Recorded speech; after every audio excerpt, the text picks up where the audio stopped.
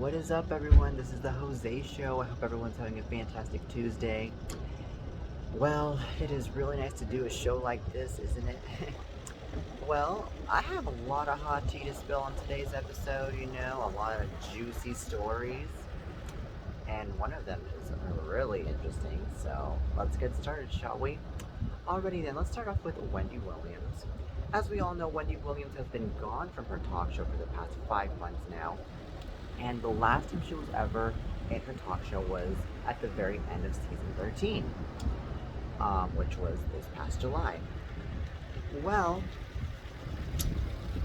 since Wendy Williams' health has been declining a lot lately, since she's been battling with Lyme's disease, it is now being said by TMZ that Sherri Shepherd could be named the permanent guest host of the show. Well,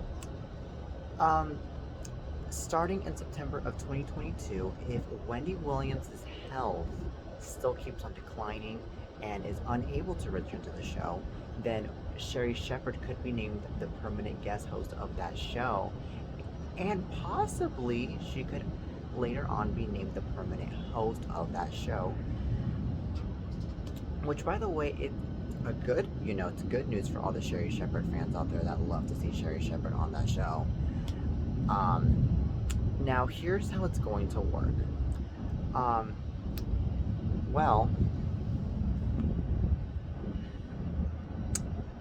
the folks who produce the show will be monitoring Wendy's progress between now and September. If Wendy gets better, there's an open door for her to return, of course.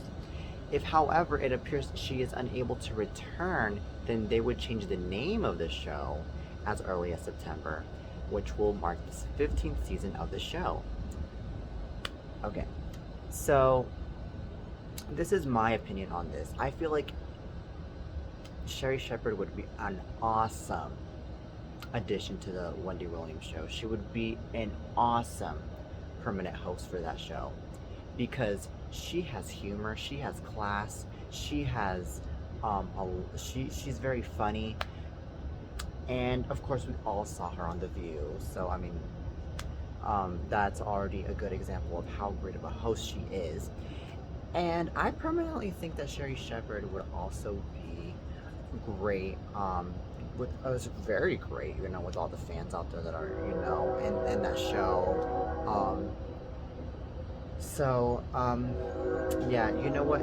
Sherri is the queen. I think that she would kill it in that show as a permanent guest host and of course as a permanent host. Another thing that I think is that Sherri Shepherd, she will also, be making her big return to daytime talk, for the first time in 8 years, because she left The View back in 2014, and that was the very last time she was ever a talk show host. Ever since then, Sherri Shepherd has been busy with her comedy gigs and with acting as well, and now, I mean, her to return to daytime talk 8 years later, I mean, it's pretty amazing. Well, anyways, that's the update that we have for now, according to what we hear from the Wendy Williams show.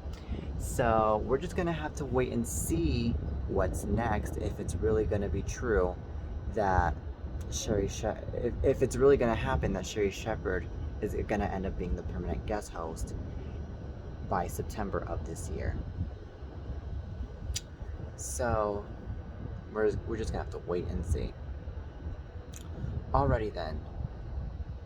From Wendy Williams and Sherri Shepherd to now the Oscars.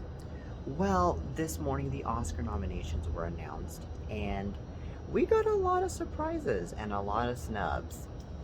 That's for sure. Well, unfortunately, Lady Gaga was one of those snubs. She was highly expected to be nominated for her role on The House of Gucci for Best Actress, but unfortunately got snubbed. And then another snub that happened was that Ariana Grande was supposed to be nominated for Best Original Song for the movie Don't Look Up, Just Look Up. Um, and she also got snubbed. And then Leonardo DiCaprio also got snubbed as well for Best Actor. So we saw so many snubs and so many surprises. But who we did see nominated though was um, Will Smith, and um, we also saw that Beyonce is now a first time Oscar nominee for Best Original Song for the song Be Alive. And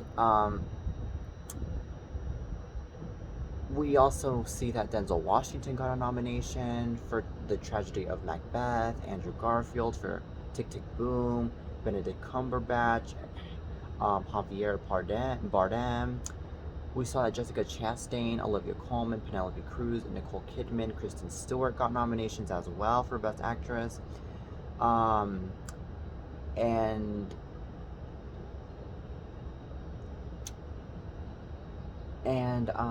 Don't Look Up did get a few nominations, even though it did not get the Best Original Song nomination. It got nominations for Best Original Screenplay. It got a nomination for Best Picture. It got a nomination for Best Film Editing. So it though and yeah, and best, and yeah, that's about it pretty much. That's about it. But it basically it still got a few nominations, which is not disappointing. But at the same time, we did expect the big nomination for Best Original Song. We definitely did, and unfortunately, we didn't. Encanto, of course, got a load of nominations, including Best Animated Feature Film, and for Best Original Song as well. And Encanto, as we all know, has been a huge hit in the box office, and it has been a huge hit also with its songs. We don't talk about Bruno was a huge hit, but that didn't get nominated though. But that was a huge hit though. That is a huge hit. Um, but the song that got nominated from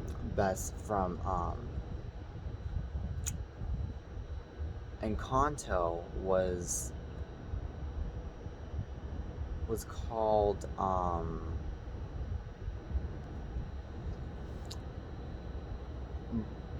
was called Dos Oruguitas by Lin-Manuel Miranda. That song got it from the movie Encanto. That's the song that got the nomination. So, anyways, congratulations to all the nominees for the Oscars. I really hope the best for the Oscars this year, especially since we've been going through a tough year with the Omicron and with the COVID-19, and with Delta and all these other stuff. And I really hope that this year's Oscars gets to bring a lot of, lots of great glamour and the red carpet, and lots of positive vibes for everyone that's attending, and yeah.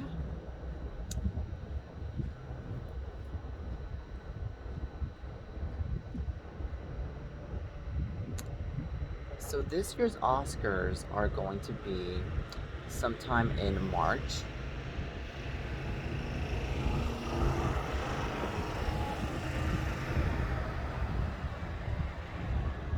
This year's Oscars are going to be on March 27th, and they're going to be taking place. They're going to be taking place at the Dolby Theater in Hollywood. So there's that, and it is going to be. They're going to be airing it on ABC. So please do not miss the Oscars, especially for those of you that are huge fans of the Oscars and are huge fans of all these movies that are nominated this year. Please do not miss it. It would be an honor for you guys to watch it, you know. So, anyways. Alrighty then, from the Oscars to now, another juicy story. Well, now let's talk about Amy Schumer. Amy Schumer returns to TV in Life and Beth. Well, Amy Schumer is making her anticipated return to TV in Life and Beth. The Hulu series, which debuted the first images and trailer, marks her first scripted project since starring on Inside Amy Schumer, which last aired in 2016, and follows a string of recent films including The Humans and I Feel Pretty. Since then, the comedian has appeared in a number of stand-up specials and unscripted looks at her life out of the spotlight. Life and Beth sees Schumer, who also wrote, directed, and executive produced the series, as a woman named Beth doing her best, living in Manhattan, working as a wine distributor, and in a long-term relationship with her boyfriend before a sudden incident and subsequent loss turns her life upside down. As she journeys back home, Beth revisits her past and realizes that she wants to drastically change her future while going on a journey towards building a bigger, bolder, and more authentic life.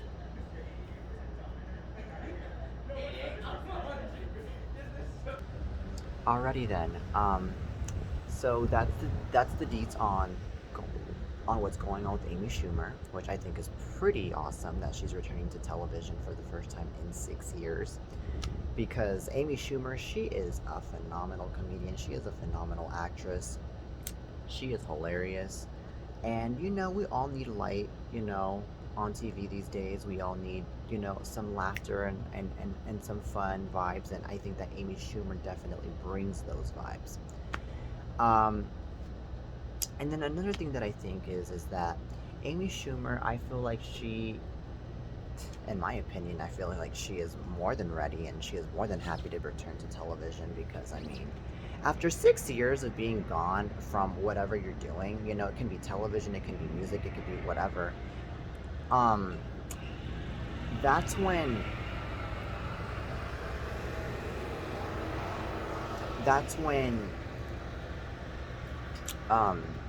you start missing what you're doing. You start to miss it. You start to feel like something is just empty in you.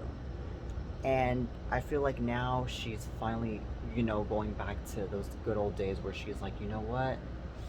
This is me, this is what I love to do, and this is what I'm finally doing once again. So congrats to Amy Schumer on the return to television. She is phenomenal. She is awesome. And also, the last time I ever saw Amy Schumer, by the way, was when she was hosting. Oh, wait, no. That was another Amy. Never mind. I was going to say the Emmys, but that's a different Amy. That's Amy Poehler. But, anyways. Yeah, so, anyways, I am happy for Amy, and congrats to Amy.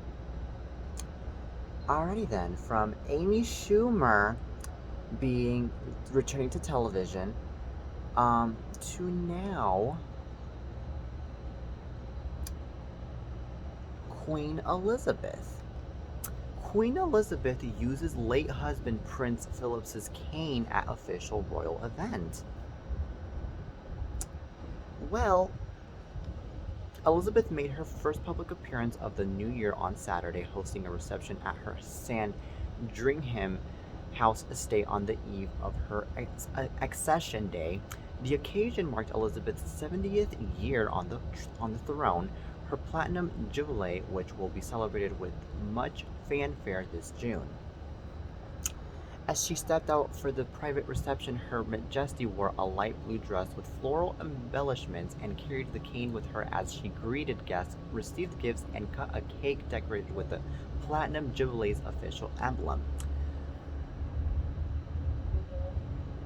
The walking stick was a special one for Philip, according to the late Duke of Edinburgh's biographer Giles Brandreth. Now, this is what was being told by Brandreth. I recognized the stick instantly as it was always kept in a pot by the front door. It was the Duke's stick, and it is very touching that the Queen has started using it. Well. This is quite interesting that. And this is actually quite amazing at the same time that Queen Elizabeth is using her late husband's stick.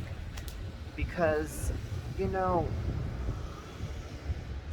since since she's widowed now, and since she still wants to relive husband, her husband's memories, and since she's been very sad, of course, that now she no longer has that her husband is no longer with her.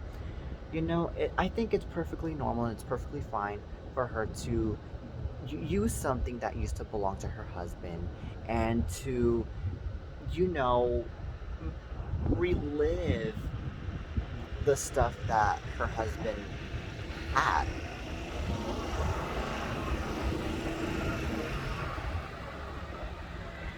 So, with that being said, I really am, it's a really good thing, and I completely understand where Queen Elizabeth is coming from in this one. And then another thing that I think about it is that Queen Elizabeth, you know, she wants to also let everyone know that she still has her husband with her in a different way. She still has her husband with her in in at least some way. She still has her husband with her, and that she isn't that kind of wife that is just gonna go off and completely forget about her husband now that she's widowed. No, you know, and she also wants to let the public know that she is, that kind of wife that wants to that wants to just let the public know that she's not like she's not a jerk. She's not that kind of wife that will just, completely throw away her husband's things right after he passed away, or do anything else. No. So those are the things that I'm seeing in Queen Elizabeth now that she's been doing this with the walking stick. And yeah, so that's my opinion on that. So, anyways, for those of you that are seeing this, I mean, just like Queen Elizabeth be, she's just being her. She is almost 96, you guys, and she's just trying to live the best she can, you know, and especially now that she is trying to remember her husband in all these ways. So that's all I have to say on this one. That's all I have to say. Well, anyways, that is it for today's show, you guys. I hope you guys enjoyed today's episode of the Jose Show. Um, and I'll be back with more tomorrow. So, anyways, till next time.